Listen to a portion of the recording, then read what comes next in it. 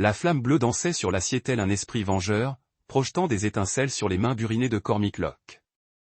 Chaque goutte de métal en fusion racontait une histoire de chaleur et de pression, de matériaux poussés au-delà de leur point de rupture jusqu'à devenir plus résistants. Il travaillait seul dans son atelier. Le sifflement régulier du chalumeau couvrait la pluie d'octobre qui martelait les roches argentées et les toits en tôle ondulés comme une mitraille. L'horloge sur son établi encombré indiquait 23h47. Mais le sommeil ne lui était plus facile. Chaque fois qu'il fermait les yeux, il voyait les flammes consumer tout ce qu'il n'avait pas réussi à protéger. 3 mois. 3 mois depuis que son frère avait brûlé vif dans cet incendie de garage, et le cauchemar le rongeait encore de ses griffes acérées chaque fois que l'épuisement tentait de le gagner. Cormick avait construit cet atelier de ses propres mains après son retour d'Afghanistan, transformant ses prestations d'invalidité et ses économies en un lieu où tout ce qui était brisé pouvait être reconstruit. L'ironie ne lui échappait plus. Il pouvait réparer n'importe quelle pièce de métal, mais il ne pouvait ressusciter les morts. Impossible de réparer l'essentiel. Le martèlement commença doucement, comme de la pluie sur du verre, puis devint frénétique et désespéré. Quelqu'un sonna à sa porte vers minuit. Et dans la roche argentée, cela signifiait généralement des ennuis. Cormick éteignit le chalumeau et souleva son masque de soudeur, dont le poids familier lui rappela d'autres masques qu'il avait portés lors d'autres guerres. Le martèlement recommença, désespéré et léger, non pas le poing lourd d'un ivrogne en colère ni le coup autoritaire de la police. C'était différent. Effrayé, il saisit le pied de biche sur son établi, l'acier froid s'adaptant naturellement à sa paume comme un vieil ami. Sa jambe gauche protesta tandis qu'il boitait vers la maison. La tige de titane qui maintenait son fémur, douloureuse dans l'air humide de la côte. L'engin explosif improvisé qui avait mis fin à ses jours dans l'armée avait aussi anéanti ses rêves de vie simple, mais il lui avait appris à reconnaître le danger sous toutes ses formes. À travers le Judas, il ne vit que l'obscurité. Puis une petite voix perça la tempête. « Oncle Cormick, s'il te plaît, aide-moi, Junie. » Il ouvrit brusquement la porte. La fille d'Ezra, âgée de 5 ans, se tenait sur son porche, trempée jusqu'aux os. Du sang coulait d'une coupure au-dessus de son œil gauche. Son pyjama collait à sa silhouette menue, et elle frissonnait comme une feuille dans un ouragan. Bon sang. Cormick tomba sur un genou, les jambes hurlant de protestation, scrutant sa silhouette menue à la recherche de blessures. Une coupure au-dessus de sa gauche, du sang coulait sur sa joue pâle.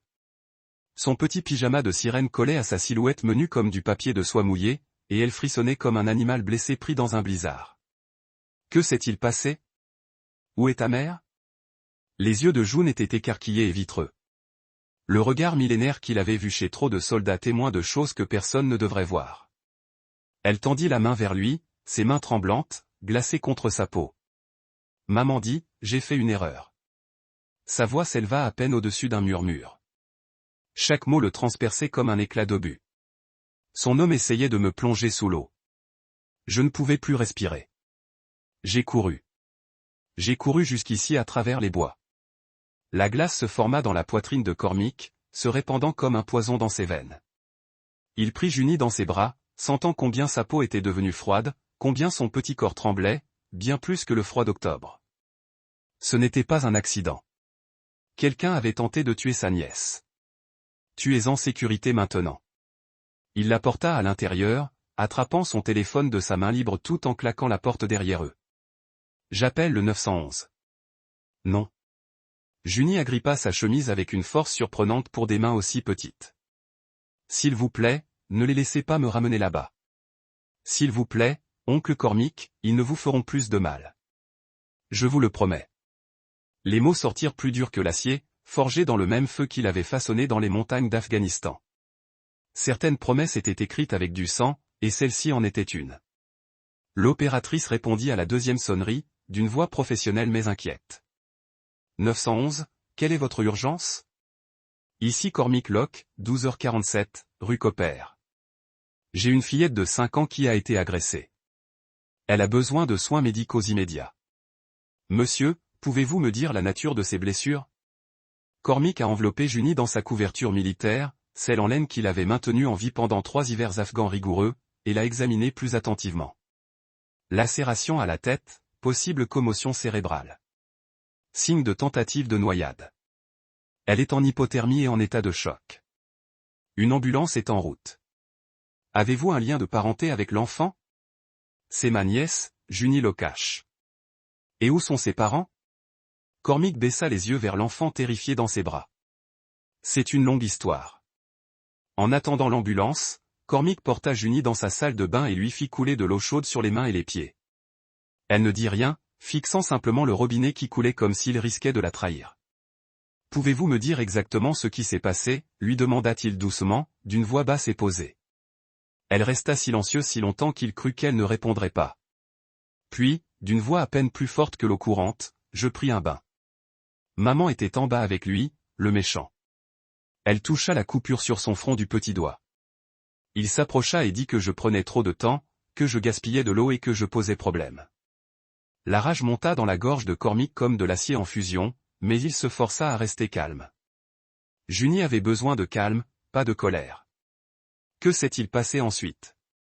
Il m'a enfoncé la tête sous l'eau et l'a maintenue là. Je ne pouvais plus respirer. L'eau me montait au nez et me brûlait. Sa voix s'est brisée.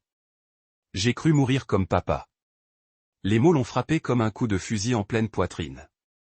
Elle a fait le lien entre ce qui était arrivé à son père et ce qui avait failli lui arriver. Comment as-tu pu t'enfuir? Je lui ai mordu la main très fort. Il l'a lâché et m'a insulté. J'ai couru hors de la salle de bain et j'ai descendu les escaliers. Sa voix s'est encore abaissée.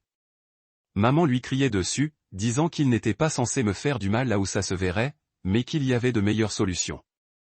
Le sous-entendu de ces mots glaça le sang de Cormick. Ce n'était pas un crime passionnel ou un crime d'opportunité. C'était planifié, calculé. Il discutait de la façon de tuer un enfant de 5 ans. Sans laisser de preuves. Comment es-tu arrivé ici, mon chéri? Je me suis précipité par la porte de derrière. Maman lui criait toujours dessus. J'ai couru à travers les bois derrière notre maison. Elle leva vers lui ses yeux marrons qui exprimaient trop de savoir pour quelqu'un d'aussi jeune. Je me souvenais que tu avais dit que je pouvais toujours venir ici si j'avais peur. Il avait dit ça 3 mois plus tôt, aux funérailles d'Ezra. Il s'était agenouillé à côté d'elle tandis qu'elle se tenait près de la tombe dans sa petite robe noire. Et il lui avait promis que la maison d'oncle Cormick serait toujours sûre. Il n'aurait simplement jamais pensé qu'elle aurait besoin de tenir sa promesse. Des sirènes hurlaient au loin. Junie pressa son visage contre son épaule. Vas-tu me renvoyer chez moi? Non. Le mot était sorti avec une force cinglante. Personne ne vous emmène là où vous ne voulez pas aller. La salle d'urgence de Silver Rock General bourdonnait d'un chaos nocturne. Cormick était assis à côté du lit de June pendant que le docteur Peterson examinait ses blessures. La coupure sur son front nécessitait 3 points de suture. Son épaule gauche présentait des ecchymoses en forme de doigt. Lorsque le médecin a examiné son cou, des marques violettes encerclaient sa gorge comme un collier torsadé. Ces blessures correspondent à une tentative de strangulation et d'immersion forcée. Le docteur Peterson a dit à l'infirmière assez fort pour que Cormick l'entende. Je documente tout. Une femme corpulente en uniforme des services sociaux entra dans la pièce. Son badge indiquait Tina Moral. Monsieur Locke, j'ai des questions à vous poser. Cormick se leva lentement, les poings serrés. Ma nièce vient de survivre à une tentative d'assassinat. Quelles questions pourriez-vous bien me poser? Je comprends que vous soyez bouleversé, mais nous devons établir ce qui s'est passé ce soir. Moral sortit une tablette. La mère de June est en route. Elle prétend que Junie s'est enfuie pendant l'heure du bain. Le mot sortit froidement et froidement. Regardez ces marques sur son cou. Regardez la peur dans ses yeux. On examine tout, monsieur Locke. Mais sans témoin, c'est moi le témoin. Elle m'a raconté exactement ce qui s'est passé.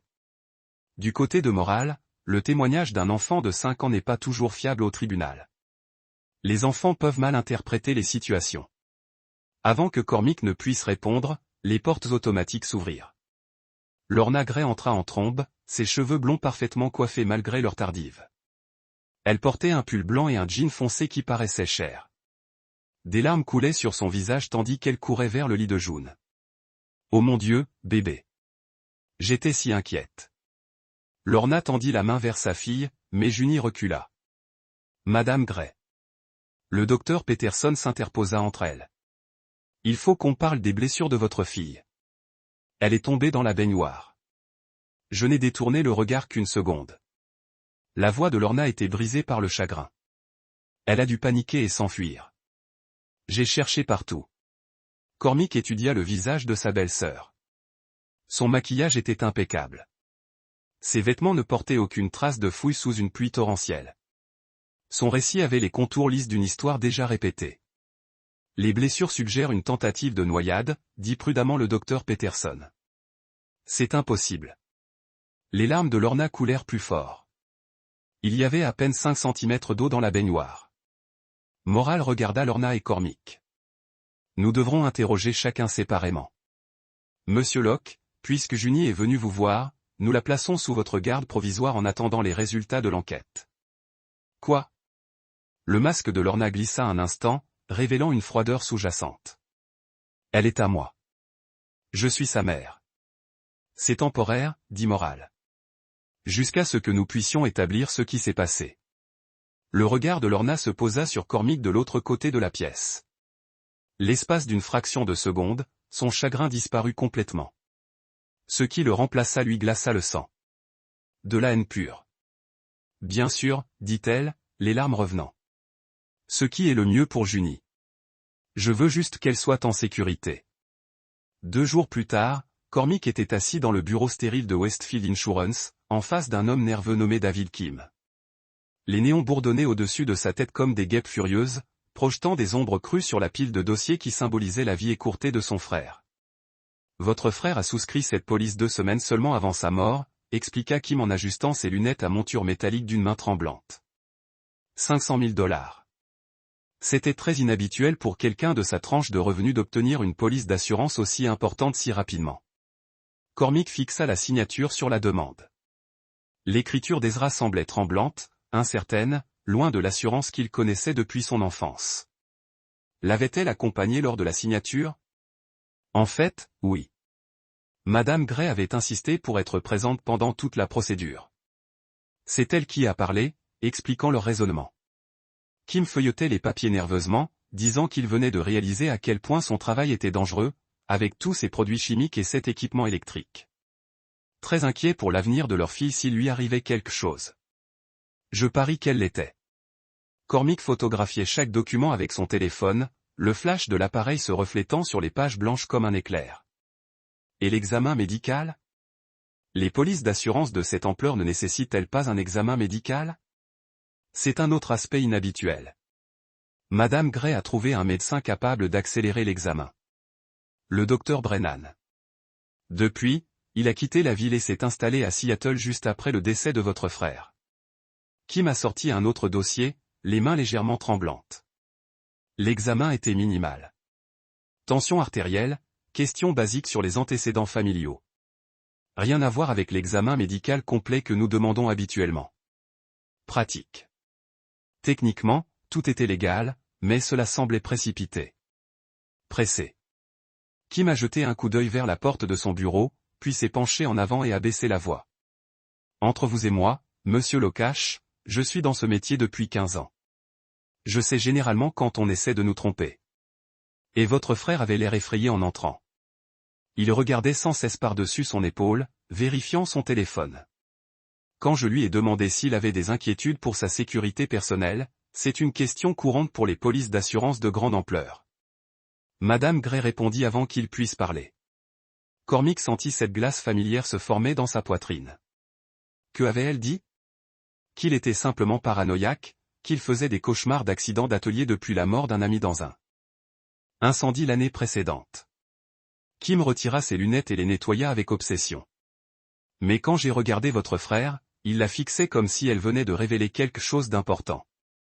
Vous pensez qu'il se doutait de quelque chose? Je pense qu'il savait qu'il était en danger. Et je pense qu'il essayait de laisser quelque chose à sa fille au cas où le pire arriverait. Kim remit ses lunettes et croisa le regard de Cormick. Monsieur Block. Je ne devrais probablement pas vous dire ça, mais quelque chose clochait dans toute cette situation. Comment? L'enquête sur l'incendie, pour commencer. Le service avait conclu à un accident, mais leur rapport comportait des incohérences flagrantes qui n'ont jamais été correctement corrigées. Quel genre d'incohérence? Kim sortit une chemise en papier craft marquée « Confidentiel » en lettres rouges. J'ai une copie du rapport préliminaire du chef des pompiers. Le point d'inflammation se trouvait près de l'établi de votre frère, concentré autour d'une zone spécifique où il rangeait ses outils les plus précieux. Ils ont trouvé des traces d'essence accélératrice, mais la brûlure suggérait qu'elle avait été versée délibérément, et non renversée accidentellement. Ezra ne laissait jamais de carburant traîner sur son plan de travail. C'est ce que l'enquêteur a constaté. Votre frère avait une réputation de sécurité presque obsessionnelle. Le chef des pompiers voulait approfondir l'enquête, mais l'avocat de Madame Gray a fait pression pour que l'affaire soit classée rapidement. Kim a ouvert le dossier et montré à Korma des photos de la scène de crime qui lui ont noué l'estomac. Elle a insisté pour une crémation dans les 48 heures. Elle a dit qu'elle ne pouvait supporter de le laisser intact plus longtemps que nécessaire. Cormick a contemplé les photos de l'atelier incendié de son frère. Même dans la destruction, il pouvait voir les preuves du souci du détail d'Ezra, outils classés par taille, équipements de sécurité correctement rangés, extincteurs placés à intervalles stratégiques. Ce n'était pas l'espace de travail d'un insouciant avec des matériaux inflammables. Pas d'autopsie, aucune. Le corps était gravement brûlé, ce qui rendait son identification difficile, mais il y avait encore des examens à effectuer. Une toxicologie, une analyse sanguine pour déterminer s'il était conscient pendant l'incendie. La voix de Kim baissa à peine. L'avocat de Madame Gay argua que des retards supplémentaires causeraient un traumatisme émotionnel inutile à la famille. Quel avocat? Marcus Webb de Portland. Un avocat pénaliste de renom. Un choix étrange pour ce qui était censé être une mort accidentelle, vous ne trouvez pas? Cormick se leva et serra la main de Kim. Merci pour votre honnêteté, monsieur Locash. Pour ce que ça vaut, je ne pense pas que la mort de votre frère soit un accident. Cet après-midi-là, Cormick traversa les ruelles étroites de Silver Rock pour se rendre au garage où Ezra travaillait depuis 5 ans. Le garage de Ray se trouvait à la limite de la zone industrielle, un bâtiment trapu avec des portes à enroulement et une odeur permanente d'huile moteur et de sueur. S'il eût été sous le capot d'un pick-up Ford, ses mains burinaient enfoncées dans le compartiment moteur comme un chirurgien pratiquant une opération délicate. À 58 ans, Silas avait appris aux deux frères Locke tout ce qu'ils savaient sur la réparation des moteurs. Et il avait été comme un père pour eux après la mort de leurs parents dans l'incendie de leur maison, alors que Cormick avait 19 ans et Ezra 13. Cormick. Silas se redressa lentement, son dos protestant après des années passées penché sur des blocs moteurs. Il s'essuya les mains sur un chiffon rouge qui avait connu des décennies meilleures. Comment va la petite? Elle reste avec moi pour l'instant. Elle dit à peine 10 mots par jour et se réveille en hurlant presque toutes les nuits. Cormick s'appuya contre l'établi où Ezra rangeait ses outils avec une précision militaire. Il faut que je te pose des questions sur mon frère. Le visage de Silas s'assombrit comme des nuages d'orage s'amoncelant au-dessus du Pacifique. Il jeta le chiffon avec plus de force que nécessaire. Je me demande quand tu aurais pu venir poser des questions. Ça t'a pris plus de temps que prévu. Tu penses aussi que quelque chose n'allait pas? Bon sang, oui, je pense que quelque chose n'allait pas. Silas sortit 2 bouteilles de bière d'un mini-frigo taché de graisse et en tendit une à Cormick. Ezra était terrifié pendant le dernier mois de sa vie. Aussi nerveux qu'un chat sous l'orage. Il regardait sans cesse par-dessus son épaule comme si quelqu'un le suivait. A-t-il dit pourquoi? Pas directement. Vous savez qu'Ezra n'a jamais voulu accabler qui que ce soit avec ses problèmes. S'il eut bu une longue gorgée, sa pomme d'Adam vacillant. Mais il mentionna que Lorna se comportait bizarrement, cachait de l'argent, répondait à des appels à des heures indues, quittait la maison sans explication. Quand cela avait-il commencé? Environ 6 semaines avant sa mort. Il était arrivé un matin avec des égratignures au visage. Il avait raconté avoir confronté Lorna à propos de SMS qu'il avait vus sur son téléphone. Elle avait prétendu que c'était lié au travail, mais Ezra avait dit que les chiffres ne collaient pas. Cormick sentit les pièces d'un puzzle plus vaste se former dans son esprit. Quel genre de SMS, d'heure de rendez-vous, de lieu? Rien de explicitement romantique, mais le ton le dérangeait.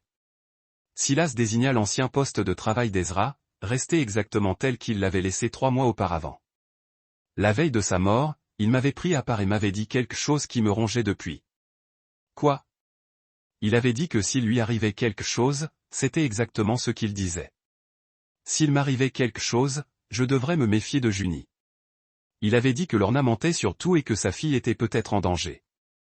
Ces mots frappèrent Cormick comme un coup de poing.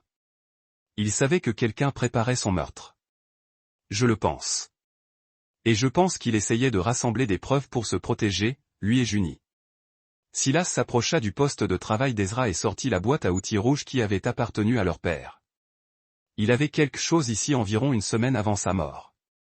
Il avait dit que c'était une assurance de son espèce. Ils fouillèrent la boîte à outils méthodiquement. Les outils d'Ezra étaient toujours rangés, clés à molette d'une précision obsessionnelle, classées par taille, tournevis triés par type, chaque douille à sa place.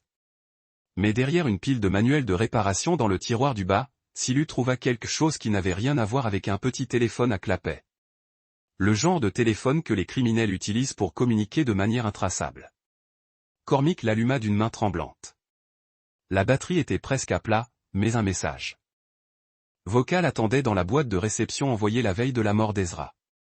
La voix de son frère emplit le garage, tremblante et effrayée, si bien que Cormick serra la poitrine. « Si tu entends ça, il m'est arrivé quelque chose. J'ai trouvé la preuve que Lorna rencontre quelqu'un dans mon dos. Je ne sais pas qui c'est, mais je sais qu'elle prépare quelque chose. J'ai des photos. J'ai des preuves. Surveille Junie. Elle n'est pas en sécurité avec sa mère. Lorna ment surtout. » Le téléphone coupe brusquement le message, ne laissant que le silence et l'écho de la terreur de son frère. Cormick parcourut la galerie photo du téléphone d'une main tremblante. 3 photos montraient Lorna rencontrant un homme sur le parking de l'Ocean View Diner, en périphérie de la ville.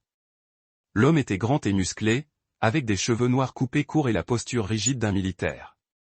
Sur la première photo, ils étaient assis l'un en face de l'autre à un box d'angle. Sur la seconde, il lui tendait une enveloppe. Sur la dernière photo, prise à travers la vitrine du restaurant, ils s'embrassaient avec la passion désespérée de ceux qui se croient invisibles. « Tu le reconnais ?» demanda Cormick en montrant l'écran à Silu. Silas plissa les yeux en regardant les photos, ajustant ses lunettes de lecture. « Je ne l'avais jamais vue de ma vie, mais celle-ci semble récente, peut-être une semaine ou 2, vu la tenue de Lorna. Ezra les a prises juste avant de mourir. » Cormick rangea le téléphone, son esprit s'interrogeant déjà sur les implications. Cet homme, quel qu'il soit, était impliqué dans la planification du meurtre de mon frère. Que vas-tu faire? Découvrir qui il est, puis t'assurer qu'il paie pour ce qu'il a fait. Ce soir-là, Cormick était assis sur son canapé avec Junie, la regardant dessiner dans un cahier de coloriage. Elle était restée silencieuse depuis son retour de l'hôpital, mais il voyait son esprit s'agiter derrière ses yeux marrons. « Puis-je te demander quelque chose ?» dit-il doucement. Elle hocha la tête sans lever les yeux de son dessin. « Tu as parlé d'un homme méchant la nuit où tu es venu. Peux-tu m'en dire plus sur lui ?» Le crayon de June s'immobilisa. Elle le posa et sortit une feuille blanche. « Je vais le dessiner. » Pendant les 10 minutes qui suivirent, elle travailla en silence. Quand elle eut terminé, elle lui tendit la feuille. Le dessin représentait un homme aux cheveux courts et au regard furieux. Il se tenait derrière le miroir de la salle de bain et m'observait. Il me regardait quand je prenais mon bain. Elle murmura. Maman disait que j'imaginais des choses. La rage bouillonnait dans la poitrine de Cormick, mais il garda une voix calme. Depuis combien de temps vient-il? Depuis la mort de papa. Il dort dans le lit de papa maintenant. Elle prit un crayon noir et griffonna sur le visage de l'homme. Je ne l'aime pas. Que fait-il d'autre? Il raconte des choses à maman sur moi. Elle dit, je suis un problème. Que je me souviens de trop de choses. Junie leva les yeux vers lui, effrayée. Est-ce que je me souviens de trop de choses, oncle Cormick? Non, mon chéri. Tu te souviens exactement de ce qui s'est passé, et ce n'est pas un problème. Elle se blottit contre lui. Je les entendis parler de l'atelier de papa. Le méchant homme avait dit que le feu était censé avoir une apparence différente. Le sang de Cormick se glaça. Quand as-tu entendu ça? La veille du bain. Je me suis levé pour aller chercher de l'eau et il chuchotait dans la cuisine. Sa petite voix devint encore plus basse. Maman a dit que je devrais peut-être partir pour toujours. Ça n'arrivera pas. Il la serra contre lui. Tu restes ici avec moi. Le lendemain matin, Cormick se rendit à la maison voisine de celle de Lorne. Nora Hartwell y vivait depuis 30 ans et connaissait les affaires de tout le monde dans le quartier. Elle ouvrit la porte en robe de chambre à fleurs, ses cheveux gris et ses bigoudis. « Cormick, comment va cette adorable petite fille? Elle est en sécurité. Je voulais te demander quelque chose. Tu as sorti la photo du téléphone d'Ezra. As-tu vu cet homme chez Laura? Nora étudia la photo, les yeux écarquillés. Oh là là. Oui. Il vient depuis des mois. Il se gare toujours en bas de la rue et arrive. À quelle fréquence? Plusieurs soirs par semaine, surtout après la mort d'Ezra. Il conduit un pick-up noir. Elle se pencha plus près, baissant la voix. J'ai toujours trouvé étrange la rapidité avec laquelle Lorna a tourné la page après la mort de son mari. Les as-tu déjà vus ensemble avant la mort d'Ezra? C'est ce qui m'a éveillé des soupçons. Il a commencé à apparaître du vivant d'Ezra. Il venait toujours quand Ezra travaillait tard. Nora secoua la tête. J'aurais dû dire quelque chose. Et la nuit de l'incendie? C'est ça qui est bizarre. Il était là ce soir-là, mais il est parti vers 21h. Ezra n'est rentré qu'après 22h. Elle marqua une pause. Je m'en souviens parce que je regardais les informations quand les camions de pompiers sont passés. Cormick la remercia et retourna à son camion. La chronologie commençait à s'éclaircir. L'amant de Lorna avait établi un alibi avant l'incendie. Mais il fallait bien que quelqu'un soit là pour le préparer. Son téléphone vibra, un SMS d'un numéro inconnu lui parvint. Arrêtez de creuser, sinon la fille en paiera le prix. Cormick fixa le message, les mains tremblantes de fureur. Il menaçait Junie. C'était leur première erreur, il se rendit directement au poste de police. L'adjointe Kelsaboun paraissait plus jeune que ses 29 ans, mais son regard exprimait la dureté de quelqu'un qui avait vu trop de violence. Elle s'assit en face de Cormick dans la salle d'interrogatoire, examinant les preuves qu'il avait apportées. Le message vocal est convaincant, admit-elle, mais ce n'est pas suffisant pour une inculpation de meurtre. Et la police d'assurance? La crémation sans autopsie? Cormick se pencha en avant. Elle a brûlé mon frère pour de l'argent. Suspect? Oui. Preuve criminelle? Non.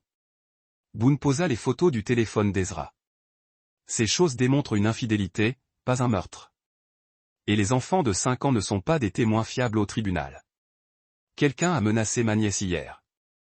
Il lui a montré le SMS d'un téléphone jetable. Intraçable. Boone sighed. Écoute, je te crois. Il y a quelque chose qui cloche dans toute cette affaire, mais la croyance ne construit pas un dossier. Alors que faire? Sois patient. Continue à rassembler des preuves. Sa voix se durcit. Et quoi que tu penses faire toi-même, ne le fais pas. C'est un chemin dont tu ne peux pas revenir. Cormick se leva pour partir. J'ai déjà emprunté des chemins dont je ne peux pas revenir. Cet après-midi-là, Cormick a utilisé ses contacts militaires pour vérifier les antécédents de l'homme sur les photos d'Ezra. Le logiciel de reconnaissance faciale a mis 2 heures à trouver une correspondance. Miles Consinked, 36 ans, ancien des forces spéciales, démobilisé après une évaluation psychologique. Son casier judiciaire indiquait 3 arrestations pour violence conjugale, 2 ordonnances de protection et une affaire d'agression classée. L'homme était un fantôme se déplaçant de ville en ville tous les 2 ou 3 mois. Sa dernière adresse connue était un motel près de Portland, mais ses relevés d'emploi indiquaient qu'il travaillait dans le bâtiment pour de l'argent. Cormick a appelé son ancien sergent Pete Morrison, qui travaillait maintenant dans la sécurité privée. Je me souviens que Conquête Morrison a dit au téléphone qu'il était dangereux, fils d'un homme. Il avait des problèmes de colère et un complexe de Dieu. Le commandement l'a renvoyé après avoir failli tuer un habitant du quartier lors d'une bagarre dans un bar à l'étranger. Quelle est sa spécialité? Les explosifs et l'infiltration pourraient faire passer n'importe quoi pour un accident. Morrison marqua une pause. Pourquoi posez-vous des questions à son sujet? Il a peut-être tué mon frère. Bon sang, Cormick, s'il est impliqué, il faut être prudent. Conquête ne laisse rien au hasard. Pendant 3 jours, Cormick a suivi la routine de Lorna avec la patience qu'il avait apprise en Afghanistan, où un moment d'impatience pouvait faire la différence entre rentrer à la maison et rentrer dans une boîte. Elle est allée travailler à Silver Rock Savings & Loan, où elle a travaillé comme chargée de crédit en costume de presse et sourire calculé. Elle faisait ses courses au Safeway, choisissant toujours de passer par l'âne avec le plus jeune caissier, quelqu'un qui ne poserait pas de questions gênantes sur son mari récemment décédé.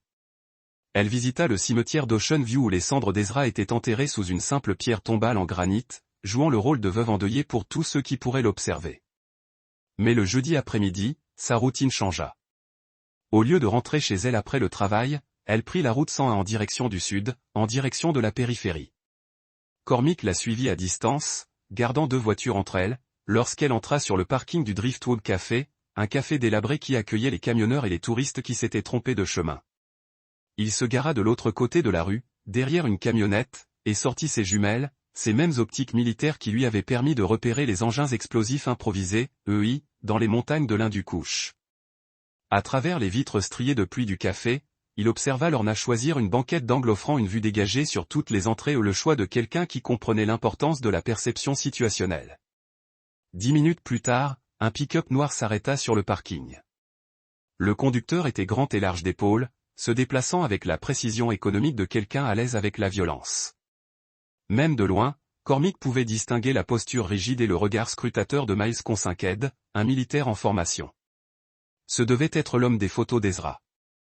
Cormick sortit son téléphone et commença à filmer l'entrée de Conquête dans le café et l'enlaça à la table d'angle.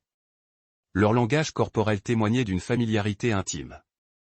La façon désinvolte avec laquelle il posa sa main sur le bas de son dos. La façon dont elle se pencha vers lui malgré la présence d'un lieu public. Ce n'était pas une relation récente. Ils étaient amants depuis des mois, peut-être plus. Leur conversation était animée, même de l'autre côté de la rue. Lorna sortit une enveloppe de son sac à main et la glissa sur la table. Consinked l'ouvrit et compta ce qui semblait être une somme conséquente, ses lèvres remuant tandis qu'il triait les billets. Lorsqu'il eut fini de compter, il dit quelque chose qui fit pâlir Lorna. La dispute s'envenima. Cad saisit le poignet de Lorna si fort qu'elle se réveilla, les jointures blanchies par la pression. Elle essaya de se dégager, mais il la serra fort tout en lui parlant directement à l'oreille. Quoi qu'il dise, elle cessa de se débattre et acquiesça vivement. Lorsqu'il la relâcha enfin, des marques rouges encerclèrent son poignet, comme des ecchymoses en forme de doigts. Elle frotta la zone blessée tout en parlant rapidement, trop vite pour qu'il puisse la comprendre. Conquête eut un sourire glacial et dit quelque chose qui la fit reculer de peur. Ils se séparèrent au bout de 23 minutes exactement.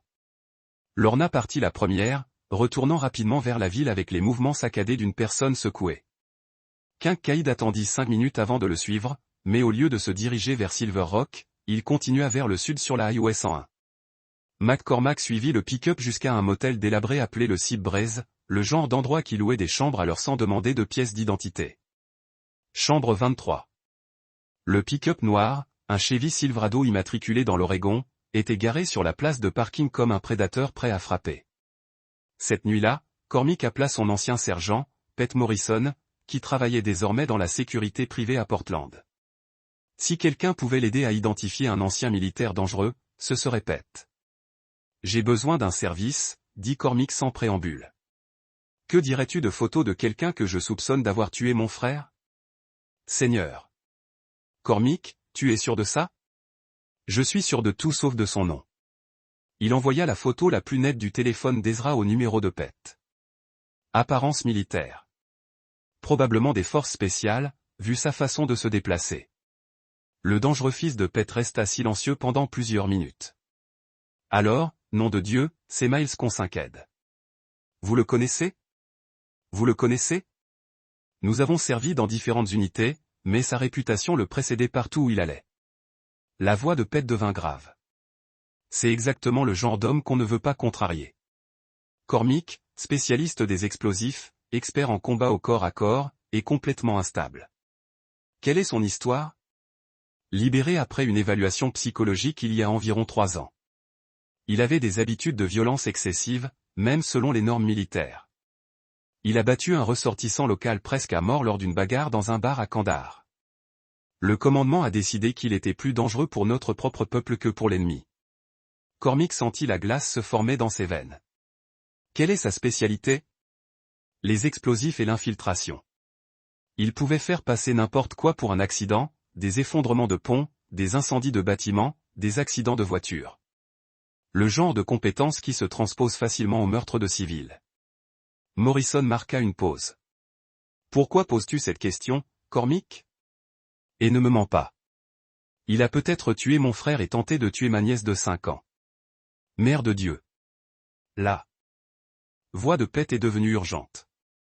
Écoutez-moi très attentivement.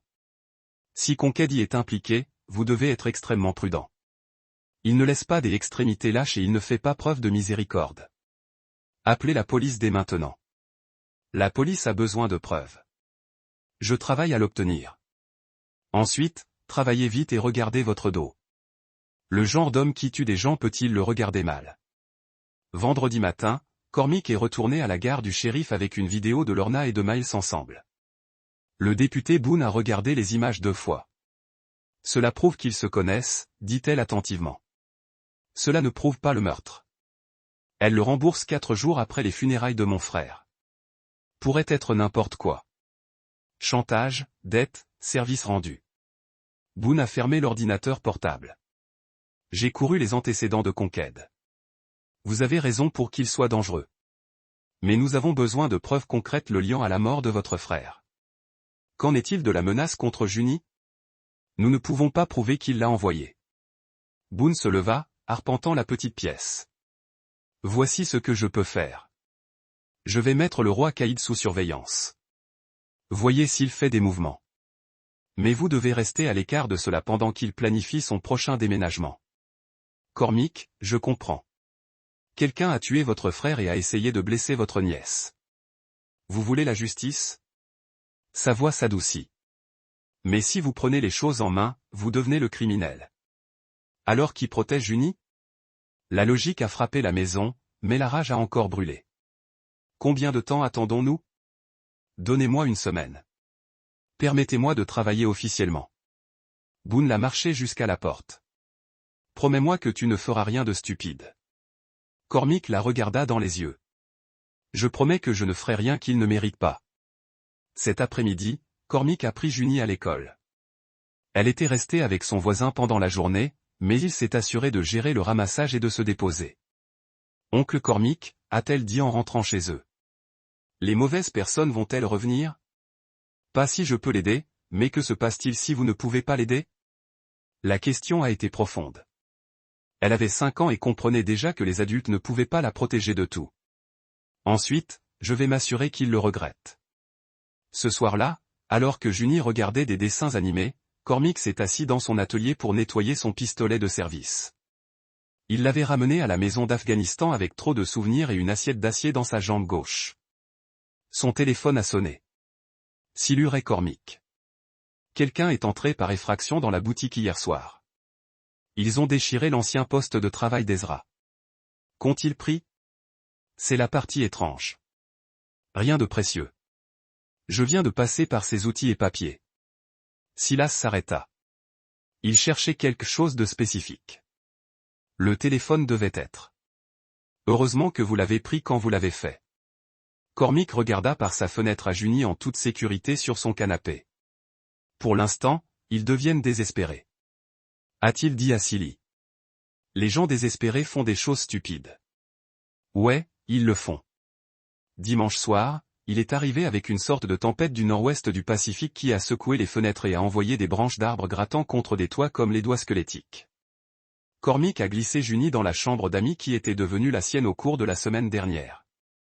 La pièce désormais décorée de ses dessins de moments plus heureux, de photos de son père lui apprenant à utiliser des outils, des souvenirs de jours meilleurs avant que les monstres ne soient entrés dans sa vie. Sweet Dream, Kiddo, chuchota Teil, vérifiant les serrures de fenêtres pour la 3e fois depuis le dîner. Les serrures étaient en acier solide, le genre qui prendrait des outils sérieux pour violer. Mais la paranoïa l'avait gardé en vie en Afghanistan, et cela garderait Junie en sécurité maintenant. Chaque nuit est sur sa sueur jusqu'au menton comme une armure contre l'obscurité. Cormick lavait la vaisselle dans la cuisine, son pistolet de service à portée de main sur le comptoir lorsque chaque lumière de la maison est décédée soudainement. Le bourdonnement du réfrigérateur s'est arrêté. L'horloge numérique sur un micro-ondes a été sombre. Quelqu'un avait coupé son alimentation.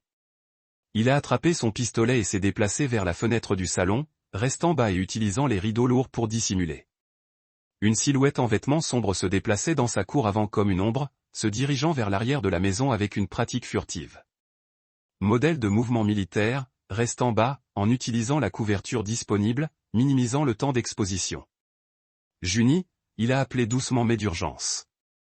Code rouge. Allez maintenant. Ses pieds nus ont étalé dans le couloir, et la porte de la salle de bain a cliqué avec un son qui signifiait la sécurité, au moins temporairement. Du verre brisé dans la cuisine. Pas la rupture aléatoire de la météo ou de l'accident, mais la destruction délibérée de quelqu'un qui fait un point d'entrée. Cormick se dirigea vers le son pistolet levé et prêt. La mémoire musculaire d'une douzaine de feux dans les montagnes de l'Afghanistan, prenant le contrôle d'un homme dans un masque de schéma noir à grimper par la fenêtre cassée. Un crochet en acier brillant dans sa main gantée. Même masqué, Cormick a reconnu le modèle de construction et de mouvement de sa surveillance au café. Miles Combined était venu appeler. À la recherche de quelque chose, Cormick est entré dans la porte de la cuisine, sa masse centrale entraînée au pistolet sur l'intrus. Convincia a tourné avec la grâce fluide de quelqu'un à l'aise avec la violence, élevant le pied de biche dans une position défensive. Où est le téléphone? Quel téléphone? Cormick a gardé sa voix professionnelle. Que l'homme pense qu'il avait affaire à un civil effrayé au lieu de quelqu'un qui avait survécu à 3 tournées dans une zone de guerre. Ne jouez pas à des jeux avec moi, verrouillez-vous. La voix du roi Kyle portait le ton plat et sans émotion d'un tueur professionnel. Votre frère a enregistré des choses qu'il n'aurait pas dû. Des choses qui pourraient causer des problèmes à certaines personnes. Peut-être qu'il vous a enregistré le meurtre. Cancade Harry. Un son comme du métal broyant. Il était déjà mort quand j'y suis arrivé. Lorna gère elle-même le travail proche. Elle a un vrai talent pour la violence lorsqu'il est correctement motivé. L'admission a frappé Cormick comme un coup physique au solaire plexus. La femme de son frère, la femme Ezra avait suffisamment aimé pour se marier. La mère de son enfant l'avait personnellement assassiné de ses propres mains. Elle a allumé le feu, versé l'essence, a frappé le match, le regarda brûler. Conquête s'est rapprochée. Testant la résolution de Cormick. Je me suis juste assuré que la scène semblait convaincante par la suite. Déplacer certains outils, a créé les bons modèles de brûlure, a fait ressembler un accident industriel au lieu de ce qu'il était vraiment, qui était l'exécution. Votre frère est devenu trop curieux des finances de Lorna, a commencé à poser des questions sur où elle recevait de l'argent supplémentaire. Elle ne pouvait pas le risquer de découvrir notre arrangement. Rage a construit dans la poitrine de Cormick comme de l'acier fondu, mais il s'est forcé à rester calme. L'information était le pouvoir, et pour le moment, il avait besoin de tout savoir. Quel arrangement? Fraude d'assurance pour commencer. Elle planifie cela depuis plus d'1 an. J'ai trouvé la marque parfaite dans votre frère pathétique. L'épousait, l'a convaincu de retirer une politique massive, puis l'a éliminé lorsque le timing avait raison. Convincide sourit derrière son masque. Mais ce n'est que le début. Lorna a des plans plus importants, et votre nièce est une fin lâche qui doit être liée sur mon cadavre. Qui peut être organisé? Le roi Cat se précipita avec le pied de biche, le balançant dans un arc vicieux vers la tête de Cormick. Cormick a esquivé à gauche, mais sa jambe endommagée le ralentit juste assez. La barre de métal l'a rattrapé à travers les côtes avec une fissure qui a fait feu à travers tout son torse. Il haleta et trébucha en arrière, son doigt se resserrant sur la détente du pistolet. Mais Conquête bougeait déjà, saisissant le poignet de Cormick et le claquant contre le cadre de la porte. Les pistolets se sont précipités sur le sol de la cuisine, tournant sous le poil et hors de portée. Ils sont descendus durement, roulant à travers du verre brisé et des débris de cuisine. Convincide était plus jeune, plus rapide et avait l'avantage de surprise, mais Cormick avait appris à combattre Dirty dans les montagnes où des règles étaient des luxes qui vous ont tué. Il a conduit son pouce dans l'œil gauche de Combined, pressant assez fort pour sentir la douille donner légèrement. Kincaid a crié et a desserré son emprise assez longtemps pour que Cormick fasse marteler son poing dans la gorge de l'homme, ciblant le point faible juste en dessous de la pomme d'Adam. Convincia s'est libéré et brouillé pour le pied de biche. Mais Cormick était plus rapide. Il a arraché la barre en acier et l'a balancée dans un arc brutal, attrapant Convincia à travers l'épaule avec suffisamment de force pour se briser. L'homme a crié et trébuché vers la fenêtre, du sang coulant sur son bras gauche. Dites à Lorna que ce n'est pas fini. Cormick l'appelait, respirant fort et goûtant du sang dans sa bouche. Convincia s'arrêta à la fenêtre, sa bonne main pressa contre son épaule blessée. Le sang s'infiltrait entre ses doigts, s'assombrit épais dans la faible lumière de la rue. Vous auriez dû déranger votre propre entreprise, verrouillée. Mon frère était mon affaire, donc protège sa fille. Votre frère était faible, un mécanicien de petite ville qui pensait pouvoir jouer dans les grandes ligues. La voix de Convinded est devenue venimeuse juste comme vous. Vous pensez que parce que vous avez joué aux soldats pendant quelques années, vous pouvez gérer les vrais joueurs? Cormick a fait un pas en avant, le pied de biche levé est prêt. Chaque instinct qu'il a développé dans la zone de combat lui a crié dessus pour terminer cela maintenant pour éliminer la menace de façon permanente avant qu'elle ne puisse frapper à nouveau. Sortez, dit-il tranquillement. Avant de décider, vous ne valez pas la peine de rester en vie. Convincia a grimpé par la fenêtre et a disparu dans la tempête, ne laissant que du verre brisé et l'odeur métallique du sang pour marquer son passage. Cormick a vérifié la porte de la salle de bain. Junie, c'est sûr maintenant. Oklahoma. Elle émergea lentement du placard, des larmes coulant sur son visage. Était-ce le mauvais homme? Celui qui a blessé papa? Ouais, mais il est parti maintenant et il est pire que nous. Revient-il? Cormick la rapprocha, sentant son petit corps trembler contre sa poitrine. Le sang de ses côtes fendues tachait sa chemise, mais la blessure était superficielle. Rien par rapport à ce qu'il avait survécu à l'étranger. S'il le fait, je serai prêt pour lui. Mais comme il a appelé 911 pour signaler l'effraction, Cormick connaissait la vérité avec une certitude froide. Convincibles n'abandonneraient pas Lorna non plus. Ils avaient tué une fois pour protéger leur secret, et ils avaient prouvé ce soir qu'ils étaient prêts à tuer à nouveau pour le garder enterré. La guerre commençait à peine. Le député Boone est arrivé 20 minutes après l'ambulance. Les côtes de Cormick étaient meurtries, mais pas cassées. Le paramédic a bandé les coupes et recommandé le repos. Sang sur le cadre de la fenêtre, a noté Boone, photographiant la scène. Si nous pouvons faire correspondre l'ADN à Conquête, nous pouvons l'arrêter pour l'introduction par effraction. Il a admis avoir tué Ezra. Pas d'enregistrement, pas de témoin. Boone a éloigné sa caméra, mais cette escalade ne change pas de choses. Je peux justifier de vous protéger et Junie. Erreur, dit-il tranquillement. Il est temps de leur donner quelque chose à désespérer. Le lendemain matin, Cormick s'est assis dans son camion devant la boutique de Silas. Le dossier de Manille sur le siège passager rempli de papier vierge qui servirait d'appât pour des prédateurs désespérés. Ses côtes sont haches d'où le pied de biche de Consincide s'était connecté, mais la douleur n'a fait qu'activer son objectif. La douleur signifiait qu'il était vivant et vivant signifiait qu'il pouvait encore protéger Junie. Tu veux m'utiliser comme appât? Silas a demandé quand Cormick a expliqué son plan. Il se tenait dans le bureau de la boutique, entouré de décennies de calendriers d'histoire automobile de la part de fournisseurs, de photos de voitures classiques, des débris accumulés du travail honnête. Je veux leur donner une cible à laquelle ils ne peuvent pas résister. Cormick a sorti le dossier et a montré Siu les documents à l'aspect convaincant à l'intérieur.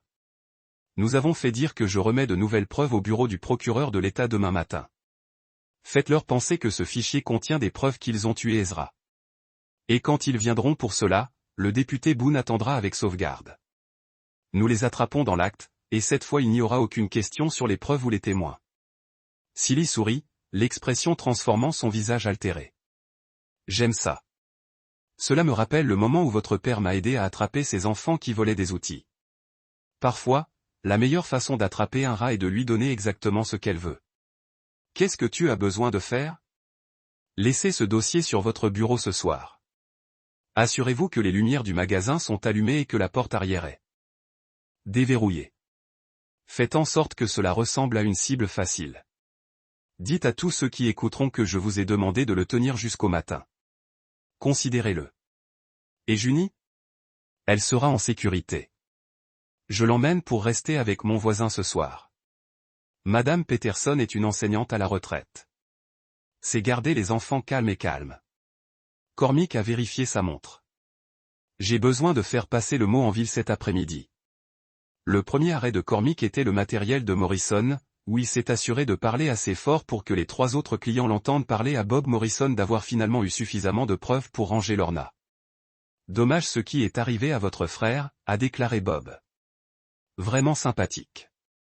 On a toujours semblé être un homme bon. Calme, gardé pour lui, mais bon avec les moteurs. Il était le meilleur mécanicien du comté, mais les gens qui l'ont tué vont payer pour ce qu'ils ont fait. Cormick s'est assuré que sa voix se rendait à la femme âgée examinant des échantillons de peinture près du registre. J'ai eu une réunion avec le procureur de l'État demain matin. Il s'avère qu'Ezra était plus intelligente qu'il ne le pensait avoir tout documenté. À midi, il avait visité le bureau de poste, l'épicerie et la banque où Lorna travaillait. À chaque arrêt, il s'est assuré de mentionner sa conversation avec les responsables de l'application des lois et ses plans pour remettre des preuves qui traduisent enfin les tueurs d'Ezra en justice. Le dernier arrêt a été le plus important et le plus dangereux. Il est entré dans ses économies et ses prêts à Silver Rock à 14h30. Quand il savait que Lorna finirait sa pause déjeuner. Elle s'assit derrière son bureau dans un service de prêt ressemblant à une veuve en deuil dans sa robe noire et son maquillage modéré. Quand elle l'a vu s'approcher, quelque chose scintillait derrière ses yeux. Peur peut-être ou calcul. Cormick. Sa voix était soigneusement neutre. Comment vas-tu? Comment va Junie? Elle est en sécurité. Enfin. Il s'assit en face de son bureau, notant comment ses mains tremblaient légèrement en posant sa tasse de café. Je voulais te remercier. Merci de m'avoir aidé à comprendre ce qui est vraiment arrivé à Ezra. Il s'avère qu'il était encore plus intelligent que je ne le pensais. A laissé beaucoup plus de preuves que quiconque n'a réalisé. La couleur s'écoulait du visage de Lorna. Je ne comprends pas. Bien sûr que vous le faites. Mais ne vous inquiétez pas. D'ici demain matin, tout le monde comprendra. Les procureurs de l'État sont très intéressés par ce que Ezra a documenté avant sa mort. Cormick se tenait pour partir, puis s'arrêta. Vous voudrez peut-être appeler votre avocat, le sheriff de Portland. Quelque chose me dit que vous aurez besoin de lui. Il sortit sans regarder en arrière, mais il pouvait sentir ses yeux brûler dans ses épaules comme des viseurs laser. Ce soir-là, le député Boone s'est positionné dans le bureau obscur du magasin de pièces automobiles en face de la boutique de Silu. Elle a amené 2 autres officiers dans des voitures non marquées, les positionnant à des points stratégiques autour du bâtiment. Le piège a été réglé. Tu es sûr à ce sujet? Elle a demandé à Cormick à la radio. Si cela se trompe, nous pourrions regarder les tirs impliqués de l'agent. Cela ne va pas mal. Conquête est désespéré maintenant, il viendra ce soir. Cormick s'est assis dans son propre camion à 3 pâtés de maison. Toujours dans une élingue de fortune de leur rencontre. Il est entré dans l'espace de travail principal et les feux de crue se sont baignés la boutique en illumination blanche dure. Il a attrapé le dossier du bureau de Silly et a couru pour la porte arrière, mais 3 députés se positionnaient déjà dans l'allée. La police a laissé tomber le dossier et se met au sol. Convincia a tiré un couteau de sa ceinture, une lame de combat militaire conçue pour tuer, pas un travail utilitaire. Mais avant qu'il ne puisse l'utiliser, 2 tasers l'ont frappé simultanément, le laissant tomber dans le béton en convulsions. Miles Conquête, vous êtes en état d'arrestation pour avoir introduit et entré le vol et conspiré pour commettre un meurtre. Le député Boone a annoncé en fixant ses mains derrière son dos. C'est du harcèlement, Alta Kincaid, secouant toujours du choc électrique. Je lui volais des preuves dans une enquête sur le meurtre. Boone a brandi le dossier, en s'assurant qu'il pouvait le voir. Nous ajouterons cela aux charges ainsi que des voies de fait avec une arme mortelle de votre petite visite à la maison de Monsieur Locke. Le couteau gisait sur le sol à côté de lui, son bord brillant avec une promesse de violence qui ne serait jamais livrée. Dans la salle d'interview. Convincide s'est assis silencieux pendant 2 heures. Son avocat est arrivé de Portland, un costume coûteux et des yeux froids. Mon client n'a rien à dire. C'est bien, a déclaré Boone, parce que nous avons beaucoup à dire. Entrez dans les voies de fait avec une conspiration mortelle d'armes pour commettre un meurtre. Vous n'avez aucune preuve de complot. Boone a ouvert un fichier et répandre des photos sur la table. Convincia et Lorna embrassant au café. Dossier financier montrant les paiements de son compte au sien. Le message texte menaçant. Votre client a été en couple avec la femme de la victime. Elle lui a payé des montants en espèces substantielles et quelqu'un a menacé la fille de la victime pour arrêter l'enquête. L'avocat de Convindage a étudié les photos. C'est au mieux circonstanciel, peut-être, mais c'est suffisant pour le tenir pendant que nous creusons plus profondément. Boone se pencha en avant. L'ADN du sang à la scène cambriolette correspond à votre client. Les accusations d'assaut le mettront à elle seule pendant 5 ans. L'avocat a chuchoté quelque chose à Conquête, dont le visage s'épale. Je veux conclure un accord, dit Convindage soudainement. Aucune offre, son avocat siffla. Nous n'avons pas vu les preuves complètes. Je ne descends pas pour le meurtre. Convincide regarda directement Boone. Lorna Gray a tué son mari. J'ai aidé à mettre en scène la scène, mais je n'ai pas allumé le feu. La pièce se tait. Même un avocat avait l'air stupéfait. Pourquoi? Boone a demandé. Elle voulait que l'argent et la liberté de l'assurance soient avec moi. Dit Ezra suspect et commençait à poser des questions. Conquête se frotta ses tempes. Le plan était de le faire ressembler à un accident industriel. Et Junie? L'enfant a vu trop. Lorna a essayé de le gérer tranquillement, mais j'ai perdu mon sang-froid cette nuit-là. Il a touché son bandé. J'étais Cormick l'avait lancé. J'étais censé faire ressembler à un accident de noyade. Boone se sentait malade. Vous avez essayé de tuer un enfant de 5 ans. Lorna a dit que c'était nécessaire. Slate propre, départ frais. La voix de Conquête est devenue amère, mais le petit gamin m'a mordu et a couru. Et maintenant tu vas témoigner contre elle. Putain je suis. Elle m'a jeté sous le bus à la minute où les choses se sont compliquées.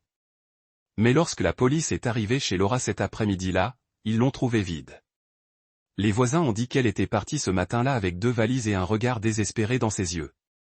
Nous avons un APB sur sa voiture, a déclaré Boone à Cormick au téléphone. Elle ne peut pas aller loin. Elle avait une longueur d'avance. Pourrait être au Canada maintenant. Nous la trouverons. Mais Cormick déménageait déjà. Il se souvenait de quelque chose qu'Ezra avait mentionné une fois à propos d'une cabine de la famille de Lorna près de la côte. Un endroit où elle avait l'habitude de rencontrer Kincaid qu'il a appelé Silas. Exact, mais c'est sur Dorilan. Junie était en sécurité dans la maison du voisin et Boone était lié à la confession du roi Cad. C'était quelque chose qu'il devait gérer seul. La cabine était assise sur un bluff donnant sur l'océan Pacifique. La berline blanche de Lorna était garée derrière le bâtiment, cachée de la route. La fumée s'est élevée de la cheminée. Cormick s'est garé à un quart de mile et s'est approché à pied. À travers la fenêtre avant, il a vu Lorna faire des allers-retours, parlant sur son téléphone. « Je me fiche de ce que Miles a dit », elle criait. « Je ne vais pas en prison pour ça. » Corma a essayé la porte arrière déverrouillée.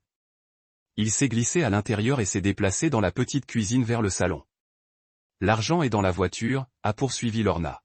« Je serai de l'autre côté de la frontière en 4 heures. Toute cette ville peut aller en enfer. » Une petite voix est venue de la chambre. « Maman, j'ai peur, Junie. » D'une manière ou d'une autre, Lorna était arrivée vers elle. La rage a explosé dans l'appel de Cormick. Il est entré dans le salon, son pistolet tiré par le pistolet. « Moi elle va bien », a déclaré Lorna raccrochant lentement le téléphone. « Pour l'instant, laissez-la partir. Ceci est entre nous. » Non, ce n'est pas le cas. Lorna s'est dirigée vers la porte de la chambre. Elle est la seule témoin qui peut me connecter à la mort d'Ezra. Même avec Miles Saint-Gigne, je peux battre cela sans son témoignage. Vous avez tiré un couteau de cuisine. Les yeux de June étaient larges avec la terreur. Gronda. J'avais un plan parfait. Nouvelle vie, nouvelle identité, assez d'argent pour disparaître pour toujours. Construit sur la tombe de mon frère. Votre frère était faible. Un mécanicien de petite ville avec de petits rêves. Le couteau se rapprocha de la peau de June. Je méritais mieux. Ce que vous méritez, c'est l'enfer. Lorna rit amèrement. Peut-être, mais je tenterai ma chance en course plutôt qu'en prison. Elle a commencé à reculer vers la porte d'entrée, traînant Junie avec elle. Mais l'enfant avait regardé et appris. Quand ils ont atteint la table basse, Junie est soudainement allongée, laissant tomber son poids total vers le bas. La poignée de Lorna glissa et le couteau s'éloignait de la gorge de la petite fille. Cormick a lancé en avant, s'attaquant à Lorna autour de la taille. Ils se sont écrasés dans le mur et le couteau claqua sur le sol. Lorna griffa les yeux, hurlant comme un animal sauvage. Il a épinglé ses bras et a regardé dans son visage, le même visage qu'Ezra avait aimé, maintenant tordu de haine pure. « Tu as tout pris de moi », siffla-t-elle.